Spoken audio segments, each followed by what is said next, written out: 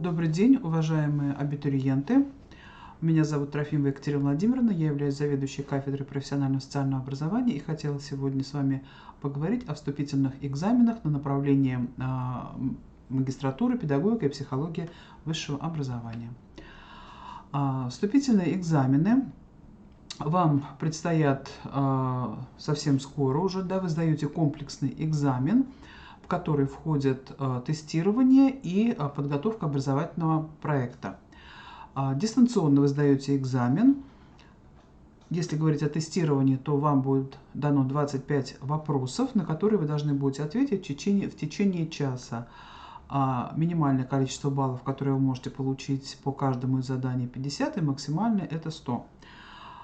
По содержанию тестовые вопросы будут ориентированы на области знаний, такие как педагогика, психология, профессиональная педагогика, общая педагогика и воспитание. Я думаю, что вопросы составлены таким образом, что не вызовут у вас больших затруднений. Что предполагает дистанционная форма сдачи вступительных испытаний? Вам на почту будет выслан логин и пароль. Заранее просим вас проверять почту спам, потому что иногда письма от приемной комиссии выпадают туда. Дальше, когда вы войдете по высланному логину и паролю, необходимо будет его сменить на тот, который будет удобен для вас. Перед экзаменом нужно будет сфотографироваться и прикрепить свое цветное фото там, где это будет обозначено. Пожалуйста, прикрепляйте фото таким образом, чтобы был виден разворот вашего паспорта, где будет четко видно ваше фото, также на паспорте фамилия, имя, отчество, и ваше лицо. Напомним, что для прохождения тестирования у вас есть всего лишь одна попытка, и время на прохождение экзамена у вас ограничено. Для того, чтобы еще раз более внятно, более подробно уяснить все правила, пройдите, пожалуйста, в свой личный кабинет абитуриенты, и там все это будет вам объяснено. Вот на данном слайде вы видите некоторые пояснения по личному кабинету. Там же на сайте приемной комиссии вы найдете расписание вступительных экзаменов по каждому направлению, включая направление психология и педагогика, высшее образование. Давайте посмотрим, когда же вас ожидают вступительные экзамены. Посмотрите, пожалуйста, да, это 10 августа с 10 утра до 10 часов вечера. Есть еще резервный день, 17 августа, но это для тех, у кого будут какие-то очень веские причины, которые вы сможете подтвердить документально, почему 10 августа вы не вышли на экзамен. Далее, обратите, пожалуйста, внимание, что для студентов, которые планируют обучаться на коммерческой форме обучения, следовательно, могут подать документы свои после 7 августа, вступительные испытания будут 15 августа.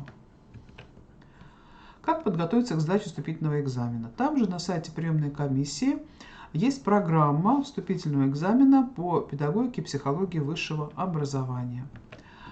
Данная программа представляет из себя вот такой документ, в котором обозначены цели вступительного экзамена, обозначены технические данные к вашему компьютеру, для того, чтобы вы без проблем могли выполнить все задания. И описано, какие условия необходимо соблюдать, чтобы, опять-таки, корректно выполнить все задания. Содержатся разделы, более подробно описывающие, что необходимо будет вам подготовить, какие освежить знания, да, вот и тех разделов, о которых я говорила выше. И дан список рекомендованной литературы. Далее, значит, что из себя представляют тестовые задания? Тестовые задания означают незаконченное предложение, которое необходимо закончить, выбрав один из предложенных вариантов ответа. Повторю, правильный ответ лишь один.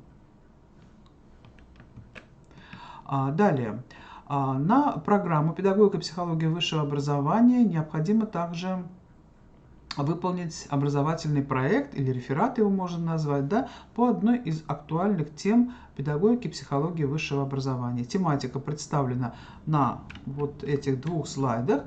Выбираете та, которая вам ближе, то есть предполагается, что это может быть началом вашего проекта вашей выпускной квалификационной работы, который вы будете выполнять в течение последующих 2 лет обучения в магистратуре. То есть, проверяя ваши проекты, мы можем сказать, да, какой задел у вас есть уже, какая область вам интересна, и это будет уже достаточно информативным материалом, чтобы дальше определить вам научного руководителя и выбрать уже конкретную тему вашей ВКР. Объем образовательного проекта это 15-20 листов А4. Давайте посмотрим, какова структура образовательного проекта. Ну, во-первых, титульный лист. В любой работе мы обосновываем актуальность, да, доказывая, почему в данное время необходимо исследовать данную проблему, приводим определенный статистический материал, да. Дальше необходимо обозначить замысел, да, то есть что из себя представляет замысел, это цель и задача вашего проекта. Описать актуальную ситуацию, то есть что из себя представляет данное явление в настоящее время, то есть это некий такой вот, ну, скажем так, диагностический срез, да. А вот цели, задачи и обязательно прописать методы образовательного проекта, то есть с помощью каких методов теоретических, практических, эмпирических вы планируете решать данный проект.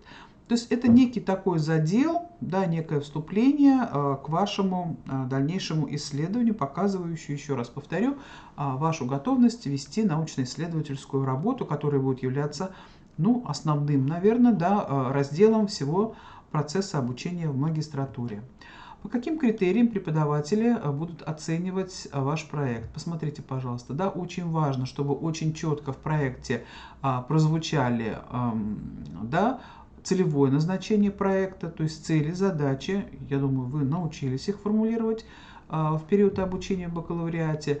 Инновационность, то есть новые некие, да, подходы, некие новые взгляды, которые, возможно, находятся где-то на синтезе разных научных направлений. Да? Важно, чтобы этот ваш проект имел некую концептуальность, да?